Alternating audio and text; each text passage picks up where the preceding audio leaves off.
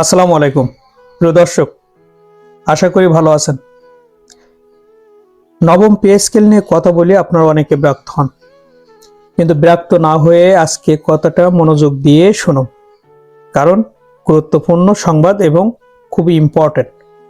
কারণ হলো এই কথাটা যিনি বলেছেন, আমি আমার সাইটে স্ক্রিনশট দিয়ে দিচ্ছি। যে কথাটা বলেছেন আব্দুল মালেক ভাই, আপনারা আব্দুল মালেক ভাইকে চেনেন। তিনি সরকারি কর্মকর্তা কল্যাণ সমিতির আহ্বায়ক। উনি বলেছেন যে খুব শীঘ্রই কর্মচারীদের মুখে হাসি ফুটবে ইনশাআল্লাহ। উনি এই কথাটা বলেছেন,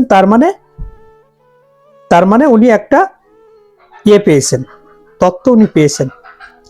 উনি এটাও বলছেন যে খুব শীঘ্রই যে আমাদের কর্মচারীদের মুখে হাসি ফুটবে এবং আর একটু সময় অপেক্ষা করতে হবে। আমাদের যে দাবিটা, এই দাবিটা আন্দোলনটা থামানো যাবে না। দাবিটা যদি এটা থেমে যায় তাহলে বাস্তবায়নে সমস্যা হবে। যেভাবে চলতেছে ওইভাবে চলতে থাকলে অবশ্যই নবম পে স্কেল বাস্তবায়ন হবে আগামী বাজেটে। সেই কথাটার ইঙ্গিত উনি দিয়েছেন এবং উনি আরো একটা কথা বলেছেন যেটা খুবই গুরুত্বপূর্ণ তাৎপর্যপূর্ণ। সেটা হলো উনি এটা বলতে চেয়েছেন, আমাদের বার্তা অলরেডি প্রধানমন্ত্রীর কাছে পৌঁছে গেছে।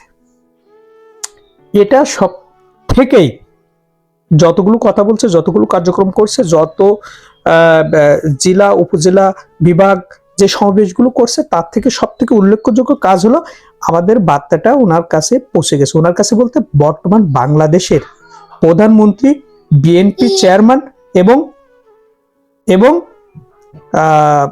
জাতীয়তাবাদী দল বিএনপির চেয়ারম্যান এবং বর্তমান বাংলাদেশের পুরুষ প্রধানমন্ত্রী, ওনার কাছে আমাদের বার্তাটা পৌঁছে গেছে। আমাদের বার্তা বলতে কোনগুলো?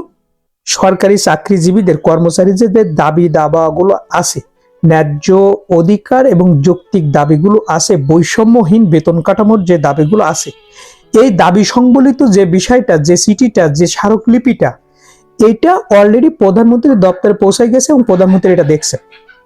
এই বিষয়টার আলোকে উনি বলছেন যে একটা ইঙ্গিত পেয়ে উনি বলছেন যে অবশ্যই কর্মচারীদের মুখে হাসি ফুটবে এবং আর অল্প একটু ধৈর্য ধারণ করতে হবে।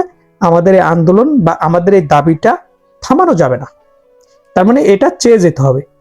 আর প্রধানমন্ত্রীর কার্যালয় অলরেডি এই সকল কার্যক্রমের প্রেক্ষিতে মিটিং করে সচিব কমিটি কার্যক্রম শুরু করে দিয়েছেন।